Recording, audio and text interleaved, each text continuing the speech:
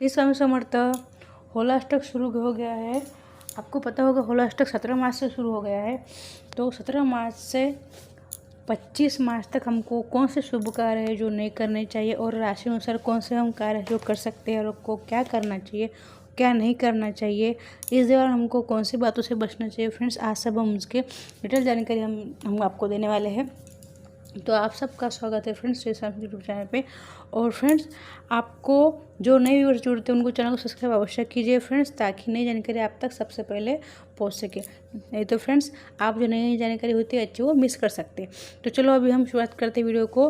Friends 17 मार्च से शुरू हो गया होलाष्टक। होलाष्टक मतलब होली आने के 8 दिवस पहले उसको होलाष्टक बोलते हैं। होली आने की शुरुआत भी हम कह सकते हैं। इसमें शुभ कार्य नहीं किए जाते हैं। 17 मार्च से 25 मार्च तक हम शुभ कार्य करने को हम टालते हैं। जैसे कि विवाह होता है, सगाई होती है, मकान का वास्तु करते हैं, मकान लेते हैं, मुंडन करते हैं, जो भी शुभ कार्य हम जीवन में करते हैं वो हमको नहीं करने होते।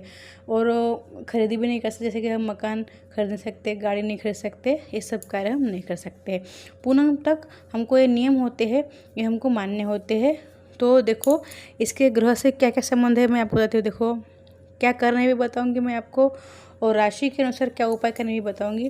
पहले आप सुन लीजिए। अष्टमी को जब अभी 17 तारीख से शुरू हो गया है तो अष्टमी को चंद्रमा, नवमी को सूर्य और दशमी को शनि और एकादशी को शुक्र, द्वादशी को गुरु, त्रयोदशी को बुध, चतुर्दशी को मंगल और पूर्णिमा को राहु, ये सभी उग्र स्वभाव में रहते हैं 8 दिन तक।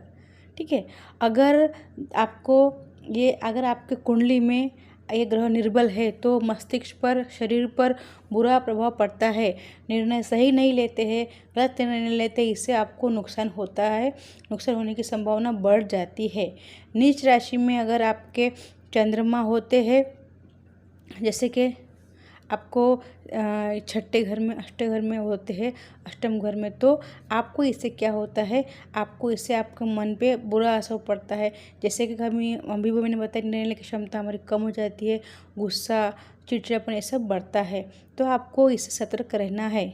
और हमारा मस्तिष्क क्षीण हो जाता है, दुखी, निर्बल हो सकता है, इसलिए हम निर्णय नहीं ले पाते। हम निश्चय लेते हैं, लेकिन निश्चय लेने के बाद हमको हो सकता है बाद में हमको उसका पश्चाताप हो, इसलिए अपने निर्णय लेने के पहले सोच समझ कर अवश्य लीजिए।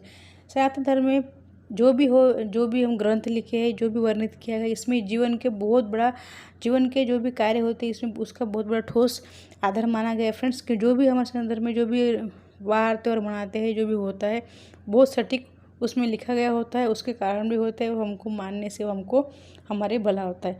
इस समय में बैक्टीरिया, वायरस ज़्यादा होते हैं क्योंकि हम ठंडी की तरफ से गर्मी के वातावरण में हम प्रवेश करते होते हैं। इस समय हमको गर्म वस्तुएं नहीं खानी चाहिए। फ्रूट ठंडे फ्रूट होते हैं वैसे खाना चाहिए। हमको शरीर का ज़्यादा ध्यान रखना होता है।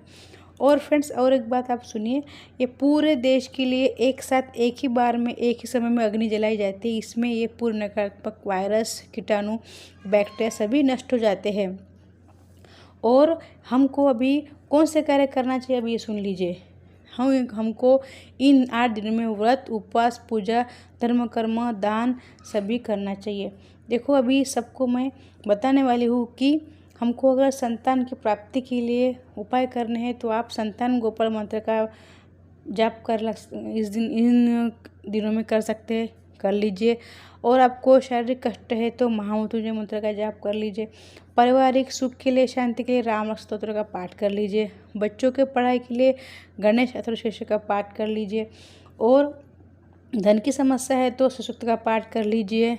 और आपको ग्रह से पीड़ा से बचने के लिए आपको शिव जी के ऊपर अभिषेक कीजिए, पंचामृत से सुंदरकांड का पाठ कीजिए।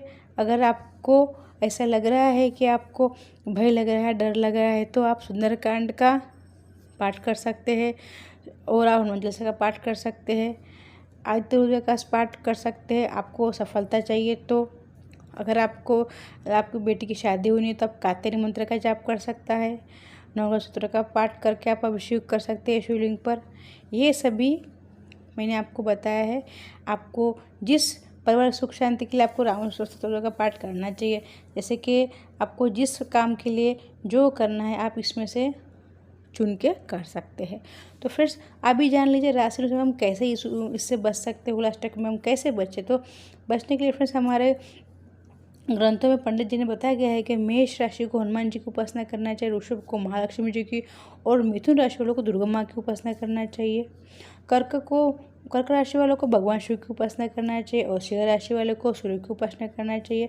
कन्या को दुर्गा माँ की उपासना करना चाहिए। वृश्चिक राशि वालों को हनुमान जी की उपासना करना चाहिए, और चंद्रमा को अर्घ्य देना चाहिए। धनु को विष्णु की उपासना करना चाहिए, और पीली वस्तु का दान करना चाहिए। मकर को कुंभ को शनिदेव की पूजा करना चाहिए, और भूखों को भोजन कराना चाहिए। मीन को पीली वस्तु का दान करना चाहिए। और फ्रेंड्स विशेष एक टिप्स है इसमें आपके बहुत काम में आने वाली है। हमारे घर में जो हमारा द्वार होता है मुख्यतः, जहाँ पे हम गणपति जी की तस्वीर लगाते हैं, कुछ लोग होते हैं तो हनुमान जी की तस्वीर लगाते हैं, लेकिन आप गणपति जी की और हनुमान जी की तस्वीर लगाया है। फिर भी आपको एक टिप्स देना चाहते हैं, बहुत ही ये हमारे वास्तु के अनुसार बहुत अच्छा माना गया है। हाथी की प्रतिमा है तो आप अपने मुख्य द्वार पर लगा सकते हैं। इससे क्या होता है, हाथी गणपति का प्रतीक माना गया है तो हमारे घर की रक्षा होती है, इसलिए आप लगा सकते हैं। बेडरूम में भी पीतल का हाथी आप रख सकते हैं। तो पति पत्नी में जो इससे ठीक नहीं है तो वो ठीक होते हैं, अलगाव नहीं होता है। और अगर आप पीतल की अगर प्रतिमा लगाते हैं ड्राइंग रूम में तो आपके घर में सुख शांति का वास होता है। अगर आपको अगर ऐसा लग रहा है कि कहाँ पे लगाए और सूंड कैसी होनी चाहिए, तो देखो अगर हाथी जी की सूंड अगर ऊंची हो तो उसका मतलब है कि धन बढ़ता है। अगर उनकी सूंड झुकी हुई हो तो सुख शांति आती है। अगर आप चाहते हैं आपके बच्चे आज्ञाकारी बने तो आपको बच्चे वाली हाथिनी होती है, जैसे हाथी होता है और उनके बच्चे होते हैं, समझो 2 हाथी 3 हाथी है और छोटे बच्चे भी है हाथी के, वैसे प्रतिमा लाइए तो आपके बच्चे आज्ञाकारी बनेंगे। और फ्रेंड्स अभी जो मैंने आपको बताई है प्रतिमा, ये प्रतिमा आप लाएंगे तो आप ये प्रतिमा कौन सी दिशा में भी लगा सकते हैं। इसमें दिशा का तो कुछ बताया गया नहीं है, खाली यहाँ पे ऐसे ही बताया गया है कि ऊपर उठी हुई सूंड हो तो क्या होता है, और अगर झुकी सूंड है तो क्या होता है। पीतल का हाथी भी आप लगा सकते हैं, प्रतिमा भी लगा सकते हैं। और अगर पीतल का छोटा हाथी अगर आप बेडरूम में रखेंगे तो बहुत अच्छा, ड्राइंग रूम में रखेंगे तो बहुत ही अच्छा होता है। फ्रेंड्स तो ये जानकारी फ्रेंड्स आपको मैंने दी है। फ्रेंड्स चैनल को सब्सक्राइब अवश्य कीजिए और शेयर कीजिए तो दूसरे तक भी जानकारी पहुँचे, उनको भी इसका लाभ हो सके। फ्रेंड्स श्री स्वामी समर्थ।